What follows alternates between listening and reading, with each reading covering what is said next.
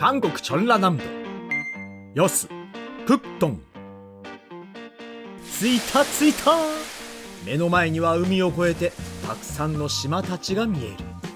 この辺はクットン藩という港なんか。ヨス2日目の朝。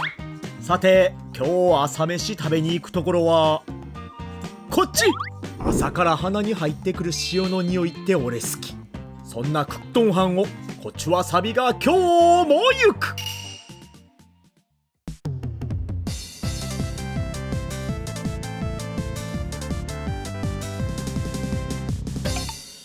港を歩いてると、なんやこれ。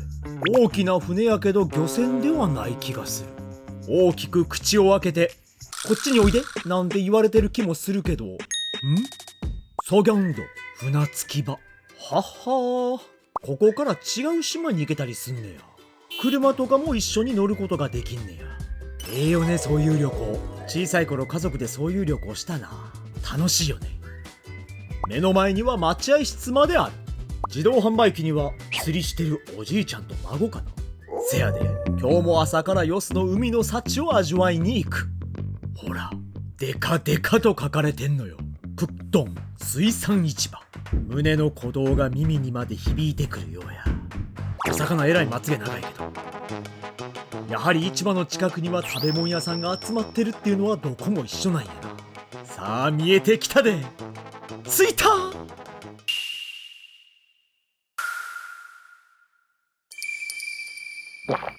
早くもっこしたはー。チンブとイロンゴもごどてな。今日のお店は茶飯食堂池うなぎ専門店。ほらメニューも並んでるで。あら店の前でカッキムチも作ってある。お前らもカッキムチ見てんのかいな。俺もやで。そんなお店に入店です。こちらのメニューハート型。そんなメニューは至ってシンプル。トンチャンオタンとチャンオタン、それとうなぎのソグンクイとヤンニョムクイ。トンチャンオタンとホヤの塩辛、カッキムチも販売してる。もう一つ何か書かれてる。使用してるうなぎは養殖ではなく釣り針で釣った天然うなぎやと。ほんまに達人やん。じゃあ注文していこう。 소금 하나, 양념 하나 주세요. 그리고 소주.朝やけど頼んどかんとあかんやろ。 뭐가 있어요? 참이슬, 잎새주, 진로. やっぱりここではこいつやろ。 잎새주 있어요. 잎새주. 네. やはり旅先の朝もご当地焼酎。朝も冒険や。まだ誰もおれへん。今日のこの店の一番乗り。店内も綺麗でテーブルにはビニールが敷かれてる。準備万端。一日の始まりに手のひらリセット。テーブルの上にはこう一点。真っ白な世界にポツンと赤い鍋敷き。これはもう主役の登場を待ってる舞台やないか。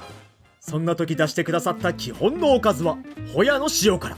これかさっき書いてたの。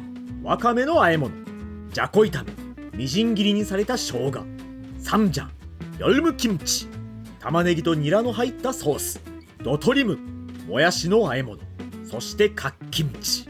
各的にニンニクと唐辛子、最後にサンチュとエゴマの葉っぱ。そして来た。やはりラベルは昨日と同じタクシー運転手。ぐるぐるぐるぐる。まだソウルには帰られへんでローリング。2度目の GoTo トゥゲダー。朝ごはんやから。プサンの時と同じで朝は飲みすぎたらあかん。これがヘジャンする。車のせ兄弟はしゃいだ夏の船。ありがとうございます。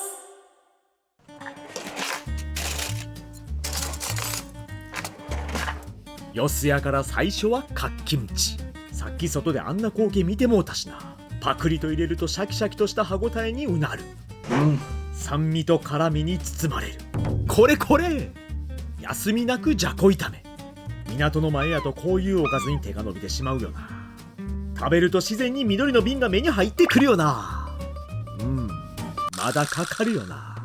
うなぎやしな。焼いてるしな。俺の体もうねり始める。軽快にタクシーに乗車。ただそれだけで終われる朝ではない。右折の信号を確認した後、こいつもや。出てきた時から色してて気になってたんよ。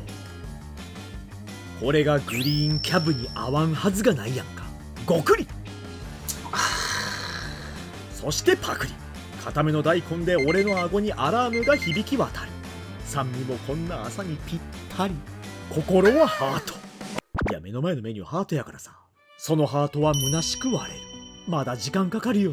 次はわかめの和え物。控えめな磯の香りが優しく舌に寄り添ってくる。朝やで。ここはお預け。お預けしたんはええんやけど、いきなり手持ち無沙汰になってしまう。そんな俺を見かねて店員さんがやってくる。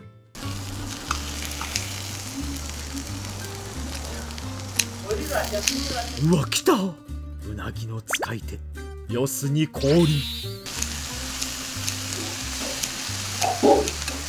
ヤンニョムの方も切っていただく。これは内臓らしい。肝やろか。湯気とともに襲いかかるこの食欲。もう食べれるで。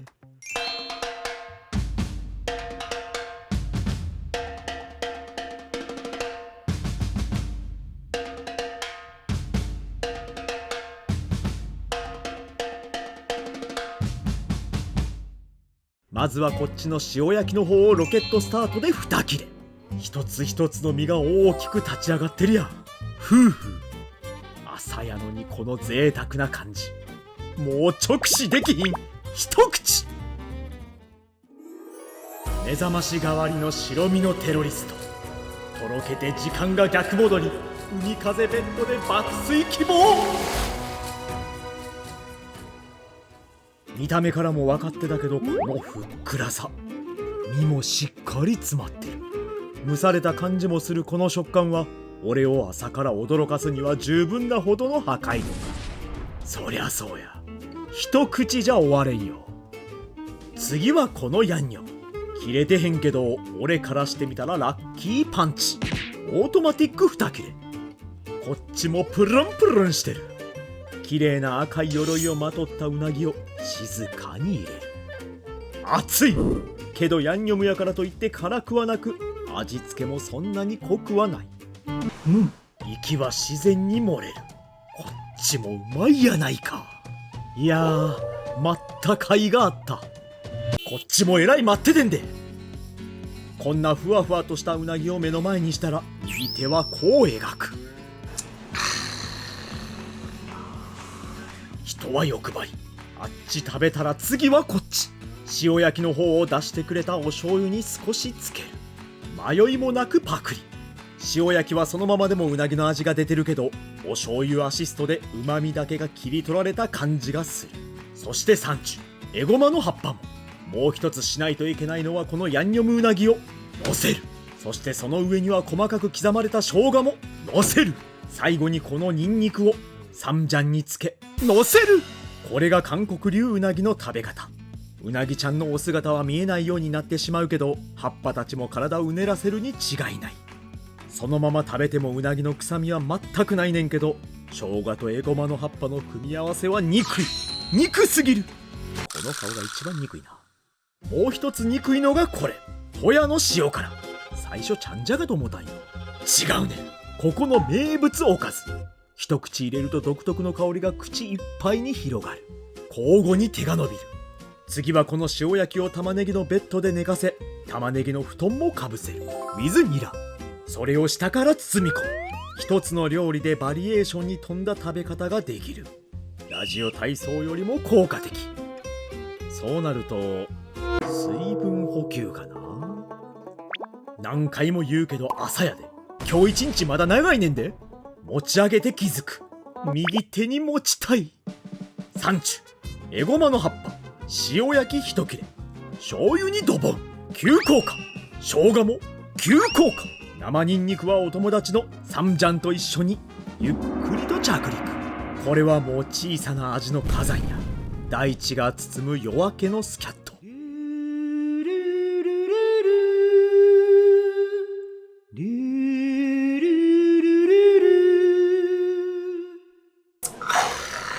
右手もスキャット。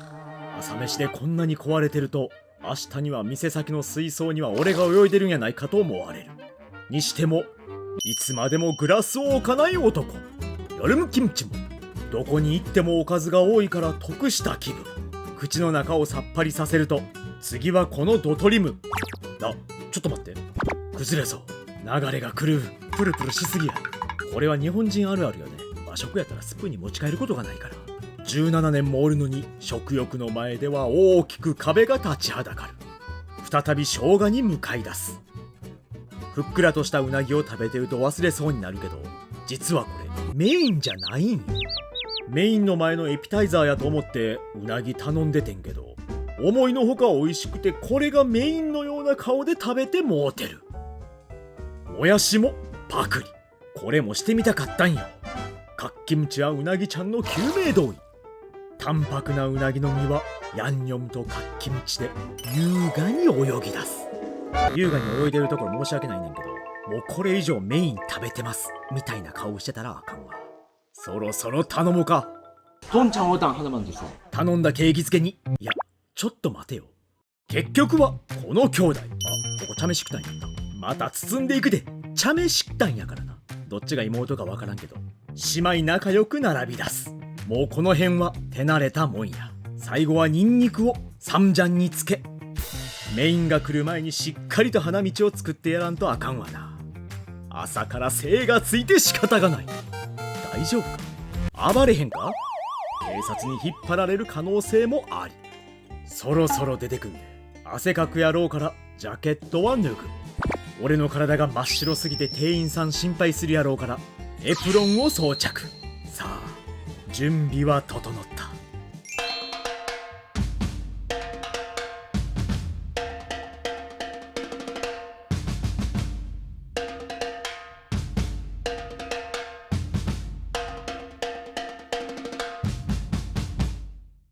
あかんて、朝から精つきすぎるて。こんなにうなぎポンと入ってんの？もうにやけてまうやん。ただまずはスープから一口いかんと。スープを一滴もこぼさんように口に入れていく。再び寝れるかも。スープの次はこれシレギかな。これもたっぷりや。これは注意深くフーフーしていく。このままいったら水槽の中で泳ぐことになってしまう。静かに口に入れると静かに聞こえる。優しさ吐息が爆発したところでうなぎをすくっていく。今朝飯の時間帯やんか。俺がここでうなぎ食べてる間にも周りで働いてる人たちがこのチャンオタンポジャンしてる人めちゃくちゃおったんよ。みんな優しさ吐息が出てる今日この頃、俺もしっかり仲間入り。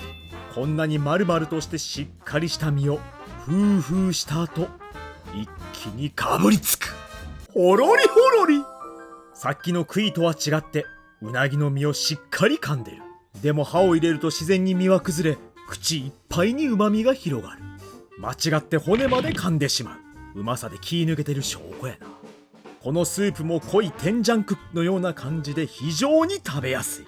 朝にはもってこいの味なんよ。うますぎる。一気に目が覚めた感じ。ふう、やれやれ。